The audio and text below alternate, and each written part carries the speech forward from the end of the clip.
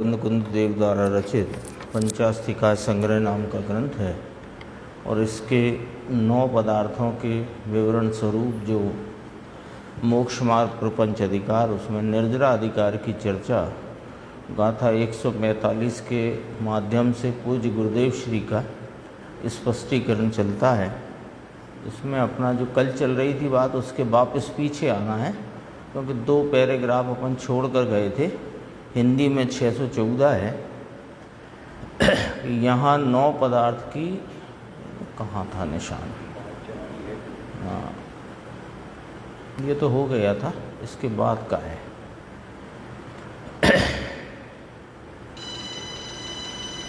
615 page है, देखो। मुमुक्षु ने पूछा संवर, तो कहा सब आता है ना, देखो अभी आएगा कोष्टक में कि संवर से अर्थात शुभ अशुभ परिणाम के परम निरोध से युक्त, युक्त अर्थात सहित ऐसे, यह तो अमृत सिद्धांत है। उसमें एक एक शब्द में गंभीरता पड़ी है। ऐसे का ऐसे पढ़ ले तो ऐसा नहीं है। एक छोटी सी पंक्ति है, संवर से अर्थात शुभ अशुभ परिणाम के परम निरोध से युक्त, यानी संवर के बिना निर्जरा की कोई बात है ही नहीं। तो कहा ऐसे का ऐसा पढ़ ले, ऐसा नहीं। संवर से, संवर माने रुकना, निरोध किसका? कि शुभ अशुभ परिणाम। शुभ परिणाम दया, दान, नाम स्मरण, भक्ति इत्यादि शुभ, और हिंसा, झूठ, चोरी, भोग, विषय वासना अशुभ। यह समकिति को सम्यक दर्शन रूप संवर तो है, यानी दृष्टि में तो यह शुभ अशुभ परिणाम को छोड़कर अपने चैतन्य महाप्रभु को जिसने लक्ष्य में लिया, श्रद्धान प्रतीति में लिया है। क्यों उसको संवर है? क्योंकि वह पर के संयोग में अपना अस्तित्व स्वीकार नहीं करता। यहाँ से ये बात की गंभीरता है, देखना। संवर पूर्वक कहा ना, संवर अर्थात शुभ अशुभ परिणामों का परम निरोध, उससे युक्त हैं जो ऐसे ज्ञानी धर्मात्मा।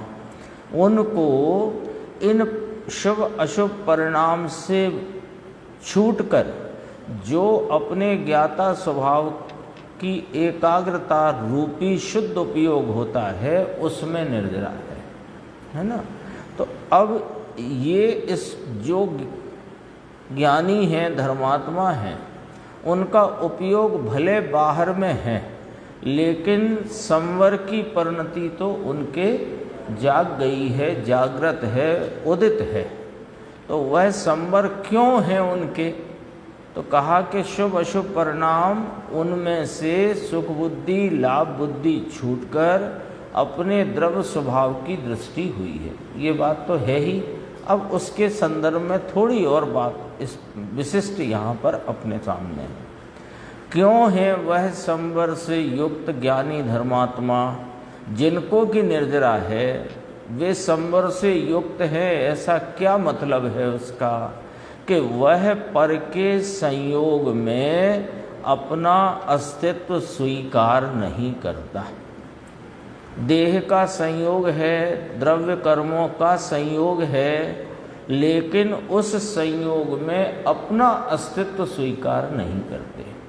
अपना अस्तित्व तो एक ज्ञाता वस्तु में ज्ञानादि गुणों का एक अभेद आश्रयभूत वस्तु हूँ, जो अपने वर्तमान परिणाम से बाहर नहीं जाता। आ गए तीनों द्रव्य गुण पर्याय। मैं ज्ञानादि अनंत स्वभावों का आश्रयभूत एक अभेद वस्तु तत्व हूँ, जो अपनी वर्तमान पर्याय की में जो गुणों का भाव प्रकट है, उससे बाहर नहीं जाता। तो पर के संयोग में अपना अस्तित्व नहीं मानता। अपनी सत्ता मेरा द्रव्य गुण पर्याय स्वरूप एक भाव, उस एक भाव को अपनी सत्ता स्वीकार करता है। और संयोग में जो दशा होती है वह मुझसे होती है ऐसा नहीं मानता। यानी कर्मों में बंध आदि अवस्थाएं, उदय आदि अवस्थाएं, संक्रमण, उत्कर्षण, अपकर्षण आदि जो अवस्थाएं जड़ कर्मों की जड़ कर्मों में होती हैं कि नहीं होती, उनमें अवस्था होती है ना। जड़ कर्मों में बंध आदि, बंध में सब ले लेना, चारों प्रकार, प्रकृति, प्रदेश, स्थिति है। हाँ, मेरे कोई परिणाम नहीं है, तो मेरे को संयोग रूपी जो वस्तु हैं संयोग में, जैसे द्रव्य कर्म, उनकी कोई अवस्था है ना, बंधादिक की, उदय आदि, उत्कर्षण, संक्रमण, अपकर्षण इत्यादि कोई अवस्था मुझसे होती है ऐसा वो नहीं मानता। इसका मतलब अज्ञानी मानता है कि वे मुझसे होती है, और अपनी पर्याय कर्म से या कर्म के उदय से विकार रूप होती है ऐसा नहीं मानता, इसलिए उसकी परिणति में संबर है। ये यहाँ पर विशेष है। सामान्य तो अपन पढ़ते आए ही हैं कि शुभ अशुभ परिणाम, उनमें लाभ बुद्धि हित बुद्धि नहीं, वे विकारी भाव मेरे स्वभाव से उत्पन्न होते नहीं, स्वभाव में वे हैं नहीं, मैं उनमें नहीं, ऐसा अपना अखंड एक अभेद तत्व को लक्ष्यगत करके उसमें ही आप रूपता का श्रद्धान किया है। सो यह संवर अथवा शुद्धता अथवा सम्यक दर्शन या कि मोक्ष मार्ग में प्रवेश तो हुआ ही है। पर ये जो बात है इसको भी समझना चाहिए कि संयोग में जो कर्मादिक हैं उनके अस्तित्व में अपना अस्तित्व नहीं मानता, इसीलिए उनकी कोई अवस्था मुझसे होती है अथवा मेरी कोई अवस्था उनसे होती है ऐसा नहीं मानता। इतना आया ना। और देखो खुलासा, अब जिसे अपनी पर्याय में पराश्रित बुद्धि है कि पर से विकार है, उसे स्वाश्रित बुद्धि नहीं होती है। जिसे अपनी पर्याय में ही है बुद्धि, यानी मिथ्यात्व रूपी मान्यता या सम्यक्त रूपी मान्यता, दुख रूप अवस्था कि सुख रूप अवस्था, उल्टी अवस्था कि सुलटी अवस्था कहाँ है? पर्याय में है, वस्तु में तो कुछ है नहीं। तो अपनी पर्याय में जिसको पराश्रयपना है, पराश्रित बुद्धि है, कैसी होती है पराश्रित बुद्धि? कि पर से विकार होता है। मैं तो ज्ञाता स्वभावी पवित्र निर्मल वस्तु हूँ, मेरी पर्याय में जो विकार उत्पन्न हुआ है वह कर्म के उदय से हुआ है, स्वभाव से नहीं हुआ। इसको यहाँ क्या कहा गया? मिथ्या दृष्टि पराश्रित बुद्धि वाला।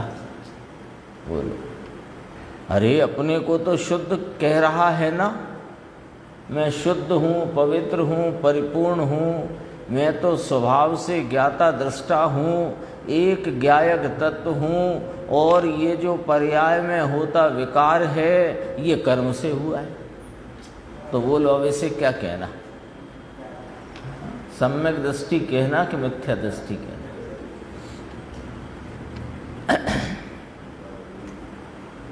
पर से विकार है तो क्या है? ऐसी मान्यता में क्या होगा कि उसे स्वाश्रित बुद्धि नहीं होती, हो ही नहीं सकती। क्यों? क्योंकि उसने अपने अस्तित्व में पर का अस्तित्व माना है और पर के अस्तित्व में अपना अस्तित्व माना। अब ऊपर की लाइन का महत्व अपने ख्याल में आएगा। पर के अस्तित्व में अपना अस्तित्व कैसे माना? कि पर की पर्याय मुझसे होती है और मेरी पर्याय पर से होती है।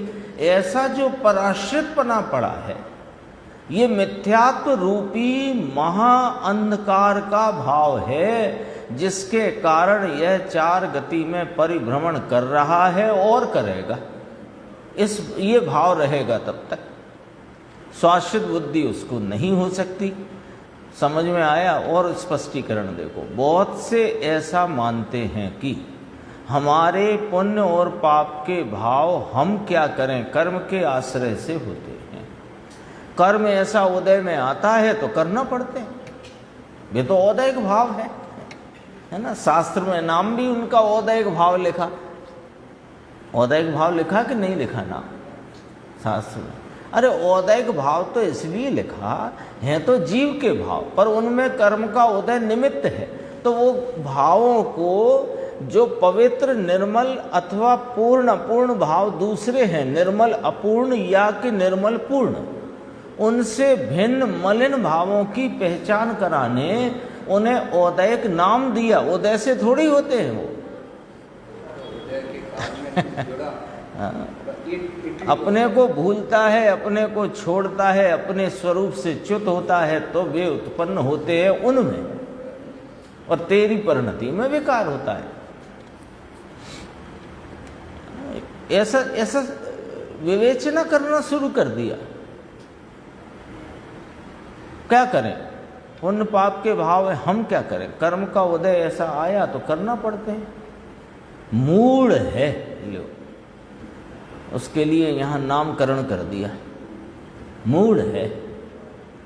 समझ में आया? जिसके यानी जिस जीव को विकार के परिणाम में पराश्रित बुद्धि है, महत्वपूर्ण सिद्धांत है ये, महत्वपूर्ण सिद्धांत है। जिस जीव को अपनी परिणति में होते हुए जो विकारी राग द्वेष के मलिन भाव हैं उनमें पराश्रित बुद्धि है, यानी वे पर से उत्पन्न होते हैं, ऐसी मान्यता है तो उससे मुझे विकार होता है, ऐसी मान्यता है, अथवा संयोग ऐसे मिले तो मुझे विकार हुआ, ऐसा मानता है।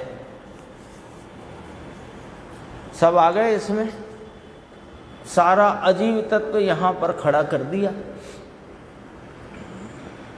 हम थोड़ी करना चाहते हैं, वो तो ये सामने ऐसे ये क्रोधित हुए तो हमको क्रोध आया, फिर हमारे कुछ उदय भी ऐसे ही आया, हम क्या करें? हमारे तो हम तो स्वभाव से पवित्र परिपूर्ण है, ज्ञाता दृष्टा है, हम तो पराश्रित बुद्धि पड़ी है, अपने को ज्ञाता दृष्टा कहते हैं, तो इसके लिए नामकरण किया कि मूढ़ है। देखो कितनी बातें हैं, विकार के परिणाम में पराश्रित हो, तो पराश्रित बुद्धि का देख लो कितना लंबा खाता है कि कर्म का उदय आया उससे मुझे विकार हुआ, संयोग ऐसे मिले तो मुझे विकार हुआ। तो संयोग तो भाई साहब परतत्व है, संयोग तो अजीब है, और कर्म का उदय जो तुम देख रहे हो सो वह भी अजीब तत्व है, और उससे तेरी परिणति का आश्रव तत्व हो तो फिर 9 तत्व भिन्न नहीं रहते। अब 9 की गिनती कराओ, जिन्हें परमात्मा ने कहे ना 6 द्रव्य 5 अस्थि का 7 तत्व 9 पदार्थ। अब 9 पदार्थ की 9 की गिनती कराओ हमें। यदि अजीब से आश्रव हो रहा है तो फिर अजीब आश्रव एक हो गए,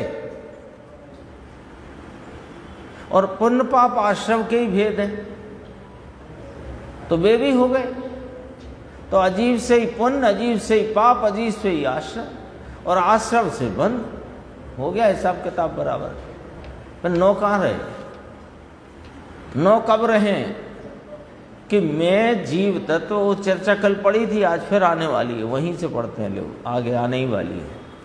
अजीव का आश्रय छोड़कर पुण्य पाप के परिणाम भी पर से नहीं होते, ऐसा पर से होता है ऐसी दृष्टि छोड़कर, यानी पर से नहीं होते, वे मेरी कमजोरी से होते हैं, परंतु वह मुझ में नहीं। कौन? कि वे राग द्वेष के परिणाम। स्वभाव का दृष्टिवंत है ना, तो स्वभाव को देखने वाला है ना, तो कहता है, जानता है, मानता है कि वे मेरे में नहीं, और कमजोरी से होते हैं, वो कमजोरी भी मेरे में नहीं। मैं ज्ञायक चिदानंद हूँ, ऐसी दृष्टि हुई तो जितने पुण्य और पाप अभी बाकी रहे हैं उतना आश्रव है। ज्ञानी धर्मात्मा को आश्रव, बंध, संवर, निर्जरा चारों तत्व चल रहे हैं। संवर से युक्त है ना, तो संवर से युक्त है जितना शुद्धोपयोग रूप अंदर स्वरूप की एकाग्रता है उतनी शुद्धता की वृद्धि रूप निर्जरा है, और अभी जितनी कमजोरी है उतना आश्रव है और बंध है। और पुण्य पाप को जोड़ लो तो 6 तत्व अभी चल रहे हैं, अजीब भिन्न है, और मैं जीव हूं। आगे लिया है, कल अपन ने पढ़ा था, थोड़ा आगे बढ़ के पढ़ लिया था अपन ने। यहाँ देखो, वस्तु स्वरूप को हे उपादेय तत्व को बराबर जानता हुआ। पुनः पढ़ लेते हैं, नुकसान तो है नहीं कुछ। देखो अब भाषा आई, संस्कृत टीका में लिया, मुख्य निर्जरा कारण उपन्यासो अयम अयम यो ही संवरेण शुभ अशुभ परिणाम परम निरोधेन युक्तः परिज्ञात वस्तु स्वरूप। यानी वस्तु स्वरूप को बराबर जानता हुआ, परिज्ञात वस्तु स्वरूप। तो देखो संस्कृत टीका क्या है, ज्ञानी है ना। ज्ञानी कौन है कि परिज्ञात वस्तु स्वरूप, वस्तु स्वरूप को बराबर जानता हुआ। कैसा कि वो देखो वस्तु स्वरूप को अर्थात ज्ञायक स्वभाव परम पवित्र को उपादेय रूप आश्रय भूत उपादेय रूप जानता है, मानता है, और अजीव आदि को ज्ञेय रूप से हे जानता है, और दया दान का विकल्प भक्ति पूजा व्रत का विकल्प उठता है उसे हे जानता है, और अपना त्रिकाल शुद्ध स्वभाव को उपादेय जानकर आश्रय भूत उपादेय जानकर। उपादेय के भी अलग अलग हिसाब हैं, प्रकट करने की अपेक्षा, एक देश प्रकट करने की अपेक्षा, पूर्ण प्रकट करने की अपेक्षा, और आश्रय भूत उपादेय है ना। और हे के भी 2 प्रकार, ज्ञेय रूप हे और त्यागने रूप हे। वो त्यागने रूप भी ज्ञेय रूप है, ऐसा नहीं है, पर यहाँ अजीव को ज्ञेय रूप में डाल दिया। हाँ, वो तो त्याग ही हुआ है, ये परिणति में से त्यागना है, इतना फर्क है बस। अपना त्रिकाल शुद्ध स्वभाव को उपादेय जानकर, आश्रय भूत उपादेय जानकर जितनी निर्मल संवर निर्जरा मोक्ष की पर्याय उत्पन्न होती है, उस संवर को उपादेय मानता है, प्रकट करने योग्य। निर्जरा को हितकर मानता है, उपादेय रूप मानता है, एक देश प्रकट करने संवर निर्जरा, और मोक्ष को परम हित मानता है, पूर्ण प्रकट करने योग्य, और पुण्य परिणाम पाप परिणाम को हे रूप स्वीकार करता है। ऐसा वह ज्ञानी, इसी बात को 13वीं गाथा में कहा, भूतार्थ से जाने हुए 9 तत्व, वह सम्यक दर्शन है, या यहाँ की भाषा से कहो वही संवर है और उसी को निर्जरा है। आगे चलते हैं, देखो सम्यक दृष्टि जीव को संवर पूर्वक निर्जरा होती है। उसका अर्थ ये है, ये जो जितनी चर्चा चल रही है ना विस्तार से, ये काय का किसका अर्थ चल रहा है कि सम्यक दृष्टि जीव को संवर पूर्वक निर्जरा होती है ना। व्रत उपवास भोजन आदि के त्याग से निर्जरा नहीं होती है, उससे आश्रव होता है, क्योंकि वे विकल्प रूप भाव है।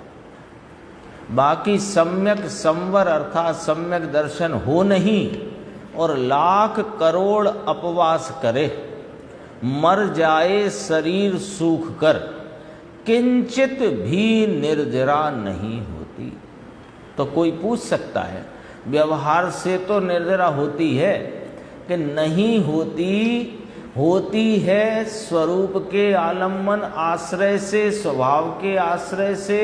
उस स्वभाव के आश्रय बाण को इस प्रकार के विकल्प होते हैं, उनसे होती नहीं, फिर भी उन विकल्पों को अनुकूल देखकर, सहचर देखकर कहा कि इनसे निर्जरा होती है, इसका नाम व्यवहार है। व्यवहार से होती है ऐसा थोड़ी कहा है।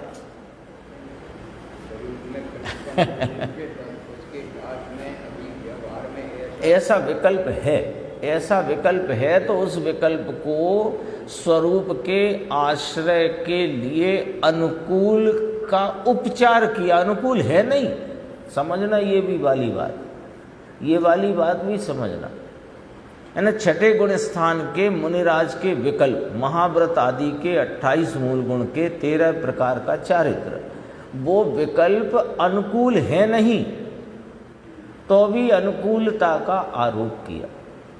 अनुकूल क्यों नहीं है? कि वे आ गए तभी तो शुद्ध उपयोग से च्युत हुआ, ये तो बाधक है। जब 7वें गुण स्थान में मुनिराज अपने स्वरूप के ध्यान में एकाग्र थे, तो उस एकाग्रता को भंग किसने किया?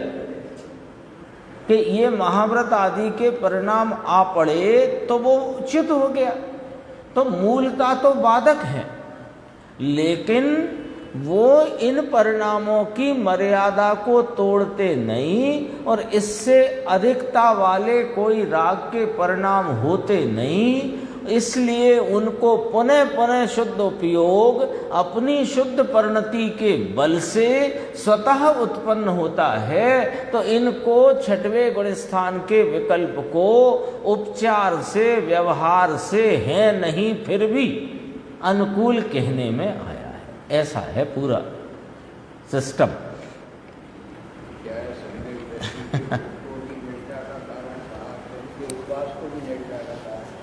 उसके काल में या उपवास आदि के काल में जो दृष्टि की, हाँ, वहाँ तो दृष्टि की मुख्यता ली। जो निर्जरा अधिकार समय सार्ग में प्रथम गाथा आई द्रव्य निर्जरा की, उसमें दृष्टि की मुख्यता से कहा कि ज्ञानी के भोग भी निर्जरा के। यहाँ शुद्ध उपयोग की मुख्यता से कहा। अकेला मिथ्यात्व के साथ पाप का बंध होता है। लो सुनो, दोबारा पढ़े। सम्यक दर्शन है नहीं तो कौन सा दृष्टि कहलाएगा? मिथ्या दृष्टि, ठीक है, पर आश्रित बुद्धि वाला मिथ्या दृष्टि। अब वो लाख करोड़ अपवास करे, मर जाए शरीर सुखाकर, किंचित भी निर्जरा नहीं होती, तो कुछ तो होता होगा साहब। कि हाँ होता है ना, मिथ्यात्व के साथ पाप का बंध होता है। लो सुनने तैयार नहीं होगा कोई, भाषा कड़क है। लो, अरे चलो धर्म नहीं होता, इतना कहो ना आप। धर्म नहीं होता, अज्ञानी के व्रत उपवास से धर्म नहीं होता, धर्म के कारण नहीं, धर्म में मदद नहीं, इतनी बात आप कहते हो, वो हम सब स्वीकार कर लेते हैं। लेकिन आप तो कह रहे हो कि उसको कोई धर्म तो नहीं होता, अपितु मिथ्यात्व के साथ पाप का बंध होता है। मिथ्यात्व तो मिथ्यात्व है ना, बस वो भले कषाय मंद है उस काल में, तो मंद कषाय के निमित्त से पुण्य बंध जितना जो कुछ होता है, लेकिन उसके साथ मिथ्यात्व का पाप बंध रहा है कि नहीं बंध रहा, ये तो समझ लो जरा। मिथ्यात्व को कैसे, पुण्य मिथ्यात्व पाप मिथ्यात्व, ऐसा होगा कोई भेद? मिथ्यात्व में ऐसा कोई भेद कहा गया है कि जिनवाणी में कि ये पुण्य रूप मिथ्यात्व पाप रूप मिथ्यात्व? राग में दो भाग किए, पुण्य रूप पाप रूप, मिथ्यात्व में न किए। वो तो पाप के ही खाते की आइटम है, पाप के खाते में ही जाता है सदैव। राग मंद हो, देखो नीचे स्पष्ट किया, राग मंद हो तो पुण्य का बंध होता है। तो पुण्य का बंध तो हुआ, पर पुण्य के साथ मिथ्यात्व का पाप बंधेगा कि नहीं? कि नहीं इसको पुण्य चल रहा, अभी मिथ्यात्व कह दे कि नहीं अभी मेरा बंध रहने दो, ऐसा तो नहीं हो सकता। समझ में आया? बहुत स्पष्टीकरण है सब तरफ से, है ना। अपने को लगे कि आज ये बात आई है, पर आज ये बात आई है तो ये बात को भी अपने निर्णय की, विचार की कोटि में रखो। इसके लिए थोड़ी आई है, यहाँ आ गई तो बात खत्म हो गई। यहाँ आई है तो उसे विचार कोटि में, निर्णय की कोटि में रखो। और जब गायक भगवान का निर्णय करो, वर्तमान पर्याय का हिसाब देखो, है ना, सब बात है। आश्रय किसका लेना, वर्तमान में क्या चल रहा है, वर्तमान में दुख है तो दुख कैसे मिटे तो फिर क्या उत्पन्न हो, कि सुख उत्पन्न हो तो सुख कैसे उत्पन्न हो, शुद्धता उत्पन्न हो, अशुद्धता टले तो कैसे शुद्धता उत्पन्न हो, कैसे अशुद्धता टले। शुद्धता की दृष्टि, शुद्ध स्वभाव की दृष्टि करने पर भी अभी अशुद्धता है, वो कैसे टलती है, वहाँ कौन सा बंध है और कितना संसार है, सब समझना कि नहीं समझना, वही तो चर्चा है और क्या है। देखो, ज्ञानी की बात है, पर प्रयोजन से जिसकी बुद्धि व्यावृत हुई है। पर प्रयोजन का अर्थ समझ लो जरा, है बहुत गजब का अर्थ किया है गुरुदेव श्री ने। पर प्रयोजन से जिसकी बुद्धि व्यावृत निवृत्त हुई है, छूट गई है। पर प्रयोजन का अर्थ है कि शुभ अशुभ विकल्प का प्रयोजन जिसे छूट गया है। समझ में आई बात। पर प्रयोजन का अर्थ ये नहीं कि कर्मादिक के बंद आदि के प्रयोजन नहीं है, अब अथवा अन्य किसी, अब हमें किसी से कोई प्रयोजन नहीं, तुम्हें दिखाए सो करो, वो वाले प्रयोजन की बात नहीं चलती है। शुभ अशुभ विकल्प का प्रयोजन, ये शब्द अकेला प्रयोजन शब्द है ना, उसका भाव समझना जरा। शुभ अशुभ विकल्प का प्रयोजन जिसे छूट गया है, यानी जब अज्ञान अवस्था थी तो इसे शुभ अशुभ विकल्प में ऐसा प्रयोजन चलता था कि अशुभ विकल्प से मुझे पाप बंद होता है और शुभ विकल्प से जो है वो मुझे धर्म होता है। इसलिए शुभ विकल्प मुझे प्रयोजनकारी हैं, मेरे प्रयोजन के लिए हितकारी हैं। मेरा जो मोक्ष रूपी दशा का की प्राप्ति का प्रयोजन है उसमें इनसे लाभ होता है। ऐसा किसको चल रहा था कि अज्ञान अवस्था में चल रहा था। अब अज्ञान अवस्था टल गई और स्वरूप के आश्रय से ज्ञान भानु का उदय हुआ, सम्यक्त का भाव प्रकट हुआ, अपने स्वरूप की प्रतीति हुई, तो उसको अब शुभ अशुभ विकल्प का क्या प्रयोजन है। शायद 268 या 269 नंबर का कलश है समय सारणी में, उसमें तो ऐसा लिखा कि बंद मोक्ष के मार्ग में आ पड़ने वाले विकल्पों से मुझे क्या प्रयोजन है। शायद 268 है या 269 है, 270 भी हो सकता है, वही है वो उपाय उपेय अधिकार में। वहाँ कहा बंद मोक्ष के मार्ग में आ पड़ने वाले विकल्पों से मुझे क्या प्रयोजन है। तो ये प्रयोजन उसका छूट गया है। पर का तो करता हरता नहीं, अज्ञानी भी कर नहीं सकता, परंतु पर प्रयोजन जो शुभ अशुभ परिणाम का प्रयोजन अज्ञान में चलता था, वह अज्ञान मिट जाने से बुद्धि में से वह शुभ अशुभ परिणाम का प्रयोजन व्यावृत हो गया है, उससे ये निवृत्त हो गया है। बात समझ में आई कि नहीं आई, क्या कहना है। अज्ञान अवस्था थी ना, तो आत्मा तो वही का वही है, आत्मा तो दूसरा आके फिट नहीं हो गया यहाँ। अज्ञान अवस्था टल गई और ज्ञान अवस्था हो गई। अशुद्धता यानी मोह रूप दर्शन मोह कहो मिथ्यात्व भ्रांति टल गई और निभ्रांत अपना स्वरूप उसकी श्रद्धान प्रतीति और शुद्धता प्रकट हो गई। तो फर्क क्या पड़ गया कि फर्क तो अवस्था में पड़ गया। तो पूर्व की अवस्था में क्या गड़बड़ी थी जो अब टल गई है, कि पूर्व की अवस्था में इसको शुभाशुभ परिणाम का प्रयोजन था, उसका नाम था अज्ञान अवस्था। उन शुभ अशुभ परिणाम में क्या प्रयोजन था कि मजा बुद्धि में अशुभ परिणाम और धर्म बुद्धि में शुभ परिणाम इसकी बुद्धि में आकर बैठे हुए थे। अनादि से इसकी बुद्धि ही इस प्रकार की चलती आई थी कि शुभ परिणाम से धर्म होता है और अशुभ परिणाम मौज के लिए, मजे के लिए। तो अशुभ परिणामों में मजा बुद्धि और शुभ परिणामों में धर्म बुद्धि, ऐसी अज्ञान रूप भ्रांति इसकी बुद्धि चली आई थी, वो टल गई, वो टल गई। अब तो एक द्रव्य स्वभाव ही हितरूप वस्तु तत्व है, जिसके आलम्बन से ही मेरे मोक्ष मार्ग प्रकट होता है, उसके आलम्बन से ही मोक्ष मार्ग चलता है, और उसके आलम्बन से ही मोक्ष मार्ग के फल रूप मोक्ष की प्राप्ति होती है। तो उसको अब इनसे क्या प्रयोजन, समझना ऐसे ही नहीं छूट गया। द्रव्यलिंगी भी तो मोक्ष ही चाहता है, वो कब संसार चाहता है, और है संसार का नेता। आचार्य कुंद देव ने कहा, पंचरत्न गाथाएं चरणानि योग सूचक चूलिका प्रवचन सार, कहा कि नहीं कहा? द्रव्यलिंगी को संसार ही कह दिया, संसार का नेता है, पर चाहता मोक्ष है। पर मोक्ष चाहने पर भी प्रयोजन शुभ भावों में है, प्रयोजन शुभ भाव में है। अब शुभ का प्रयोजन छूटे कैसे?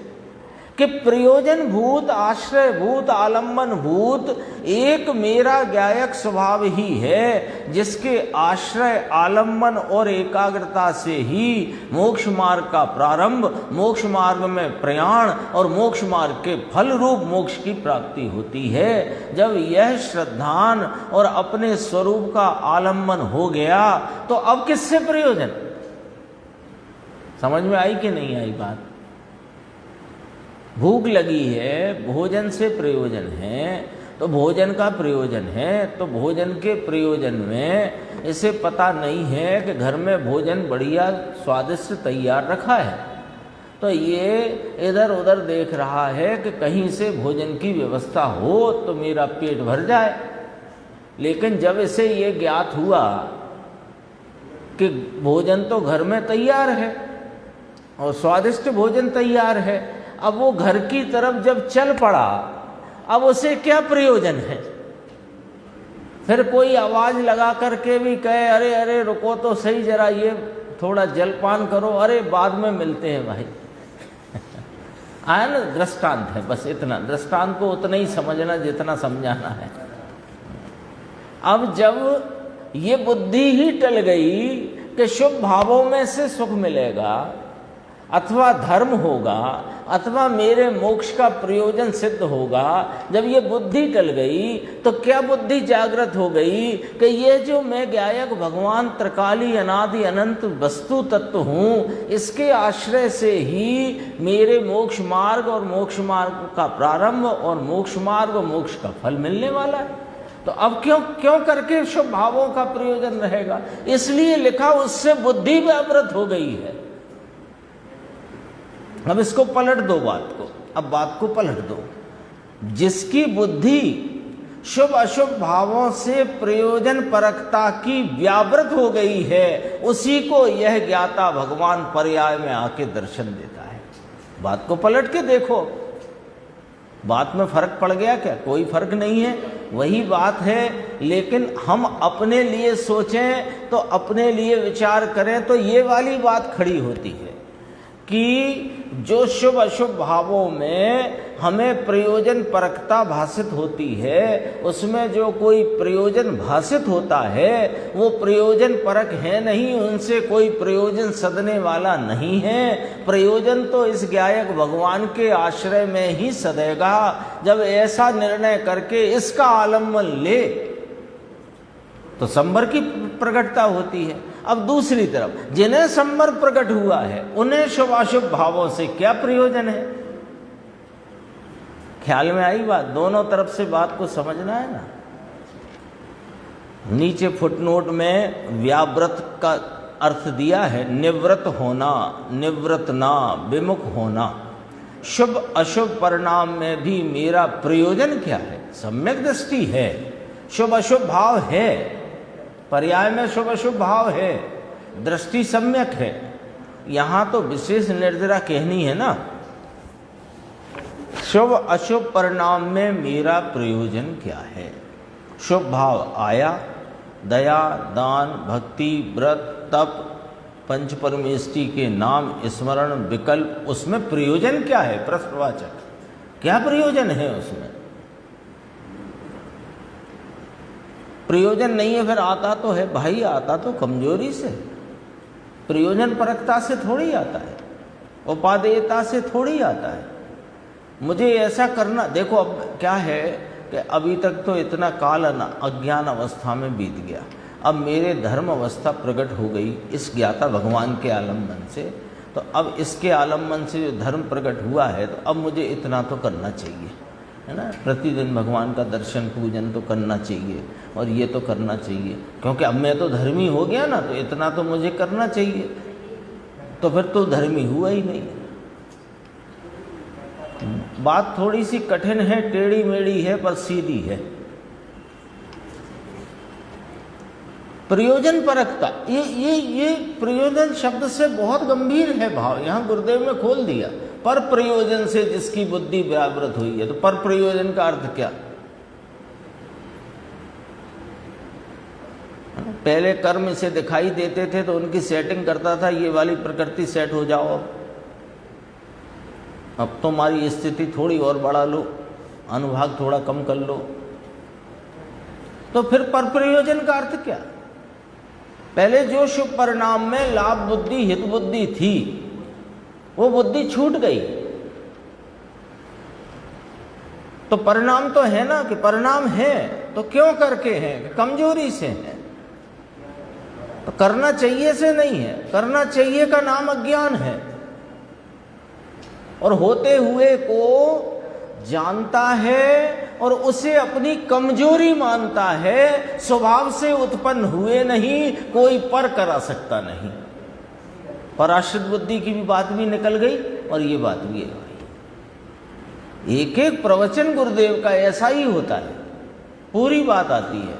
निहाल भाई ने लिखा कि गुरुदेव श्री के 1 घंटे के प्रवचन में पूरा विषय आता है, पूरा विषय आता है।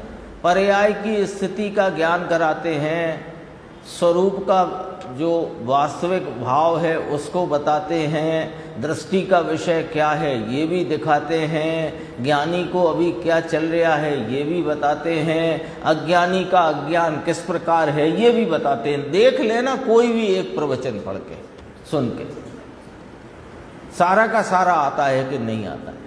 कोई एक प्रवचन देखना, कोई भी ऐसी कोई अद्भुत ही बात थी, और है, थी भी क्यों कहना है, उसमें प्रयोजन क्या है? प्रश्नवाचक लगाए ना, वह तो पुण्य बंध का कारण है।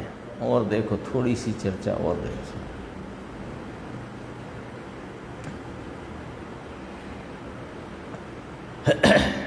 अब आ गया, देखो आया, पर प्रयोजन से जिसकी बुद्धि व्यावृत हुई है। फिर क्या लिखा? केवल स्वयं प्रयोजन साधने में जिसका मन उद्धत हुआ है ना। अकेला आत्मा ज्ञानानंद स्वरूप में मति, बुद्धि, भाव, परिणाम उद्धत हुआ है। उद्धत नाम तत्पर हुआ है, उसमें लग गया है, यानी उद्यम बंद हुआ है।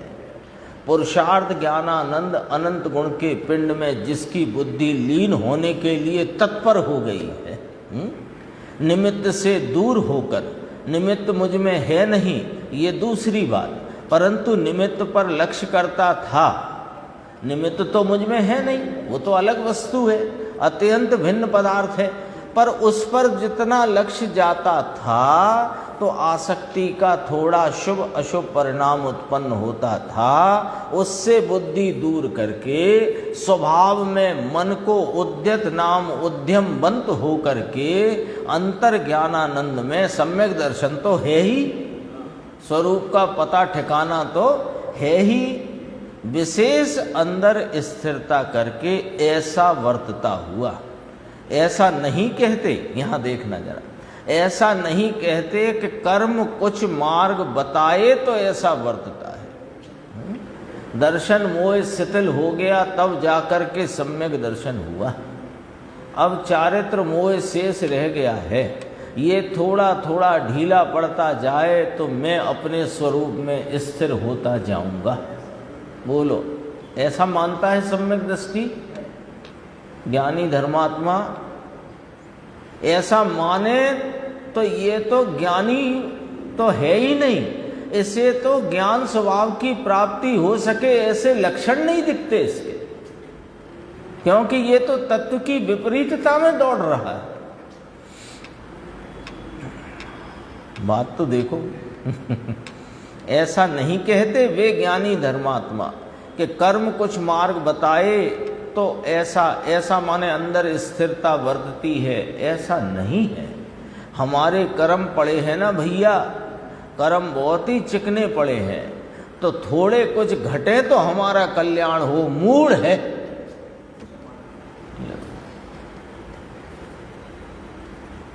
फिर कह के देखो, पंडित जी ने भी लिखा है कि जब नदी का बहाव मंदा हो तब तेरे को इस किनारे से उस किनारे तक का सफ़र पूरा कर लेना चाहिए। पंडित जी ने भी तो लिखा है। आप तो पंडित जी की भी नहीं मान रहे कि हम तो मान रहे, तुम समझ नहीं रहे वो क्या कह रहे हैं। वे ये नहीं कह रहे कि कर्म का भाव मंदा होगा इसका इंतजार करना है तुम्हें। तुम यहाँ आकर बैठे हो, इतना सच्चा और हितकारी तत्व ज्ञान तुम्हें मिल रहा है और तुम जिज्ञासा लेकर के आए हो, यही तो मंद भाव है। अभी तो बस उद्यत होकर के ये जो शुभ भावों में उपादेयता पड़ी है इसको तोड़कर छोड़कर एक अपने ज्ञायक भाव का आलम्बन ले ले, तू पार हो जाएगा। ऐसी कही है बात। देखो, हाँ, उन्हीं ने लिखा, अब तो सर्व प्रकार से अवसर आ गया। पंडित जी के ऐसे टुकड़े ले लेके लोग बहुत भ्रांति में रह जाते हैं। उसका अर्थ उसका मर्म समझना चाहिए। मैं अपने व्यक्तिगत रूप से कहता हूँ, मैं सबकी बात नहीं कहता, मैं व्यक्तिगत रूप से कहता हूँ। और ग्रंथ के आप टीका, ग्रंथ के मूल सूत्र, उनकी टीका कदाचित खुद पढ़ते हो तो ठीक है, कोई बात नहीं।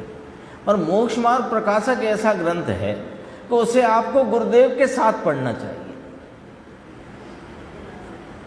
क्यों करके ऐसा क्यों? मेरा व्यक्तिगत है, मैं सबकी बात नहीं कहता,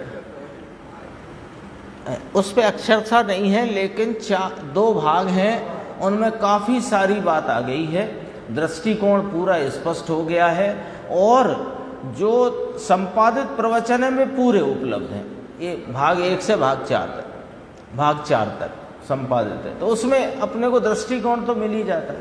तो ये क्यों मैंने कहा, क्यों इतना कहने में आई बात कि पंडित जी ने उसमें सभी अनुयोग समाहित किए, है ना।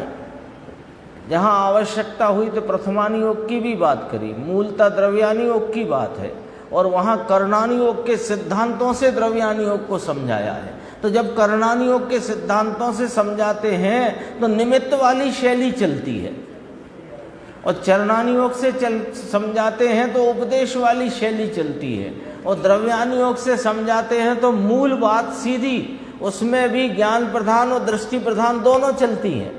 तो कब कौन सी शैली पंडित जी ने वहाँ पर उपयोग की है, ये पकड़ने के लिए हमें गुरुदेव का सहारा चाहिए। ये इतना मैं अपने व्यक्तिगत रूप से कहता हूँ। देखो, यहाँ तो बात अपनी ये थी, थोड़े कुछ घटे तो हमारा कल्याण हो, मूड हो भाई, वह तो अजीब तत्व है। अजीब से तुझ में कुछ हुआ और अजीब में तुझसे कुछ हुआ, ऐसा तो है नहीं। तो कहते हैं कि उद्दत हुआ है ऐसा वर्तता हुआ, अपने पुरुषार्थ से अपने में वर्तता हुआ। कर्म ने मार्ग दिया, कर्म थोड़े घटे तो हमारे उद्यम हो गया, स्वरूप में थोड़ी स्थिरता बढ़ गई, ऐसा नहीं है। ऐसा मानो तो ये पराश्रित बुद्धि है। पराश्रित बुद्धि के लिए पहले भी मूढ़ नामकरण किया था और यहाँ भी मूढ़ कहा, अभी पढ़ा था ना।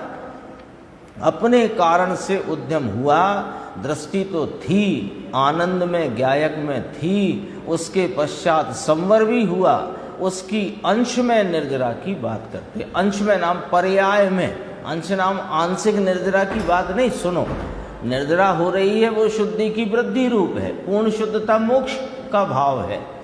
अंश में नाम पर्याय में जो निर्जरा होती है उसकी यहाँ पर बात चलती है। थोड़ा ही शेष होगा इस प्रवचन में से, फिर अगले प्रवचन में भी थोड़ा भाव है, अपन उसे भी देखेंगे। देखो ये थोड़ा सा लिया है गुरुदेव ने, 2 मिनट में करते हैं पूरा। यह समय सार में ऐसा शब्द है, यहाँ कहते मूढ़ है, समय सार में बहुत शब्द पड़ा है। अन्नाणी मूढ़ा, मूढ़ शब्द आया ना, 2 बार आया। अब उस मूढ़ शब्द का क्यों कहा वो कहते हैं अन्नाणी मूढ़ा। कुंद कुंद आचार्य कहते हैं कि मैं पर को जिला सकता हूँ, पर को आहार दे सकता हूँ, मूढ़ है अज्ञानी है, ऐसा पाठ लिया समय सार में। कुंद कुंद आचार्य देव समझ में आया, बंद अधिकार लिया। देखो, जो मज्जद हिंसामी या हिंसित जामी या परे ही सत्ते हिम सो मूढ़ो अन्नाणी अणाणी ए तो तू विपरीतो, यानी उससे विपरीत है। 2 शब्द लगाए हैं। 247 गाथा। हमारे देरिया जी पूछे तो शब्द तो देना पड़े ना। देरिया जी पूछे मूड मूड क्यों कहते हो आप बार बार?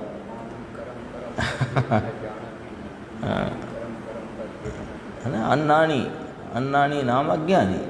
जो मज्जद जीवे ही, जो कोई मानता है मैं पर को जिला सकता हूँ और पर से मुझ में जीवन होता है, मैं बचा सकता हूँ, जिला सकता हूँ। जो मज्जद हिंसामी या हिंसित जामी या परे ही सत्ते हिम सो मूढ़ो अन्नाणी। 2 शब्द लगाए हैं।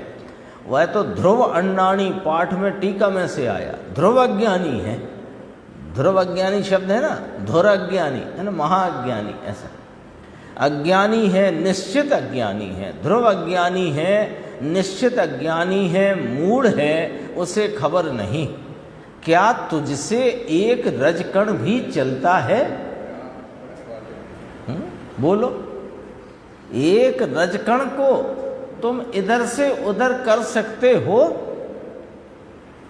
पलक भी तुझसे चलती है, ये आंख की पलक झपका नहीं सकते हो। तुझसे उंगली चलती है। कितने 3 प्रश्न आए सामने। वह तो भाई जड़ की पर्याय जड़ में से होती है, जड़ के कारण होती है, क्या तुझसे होती है? अरे फिर तो तू अजीब का मालिक हो गया, स्वामी हो गया, और तेरा स्वामी चला गया क्या कहीं? तेरा स्वयं वस्तु जिसका तू स्वामी है वो कहीं चला गया क्या? फिर विशेष बात कहेंगे। यहाँ तक आई, थोड़ा अगले प्रवचन में भी अपन चर्चा आगे की स्वाध्याय करेंगे।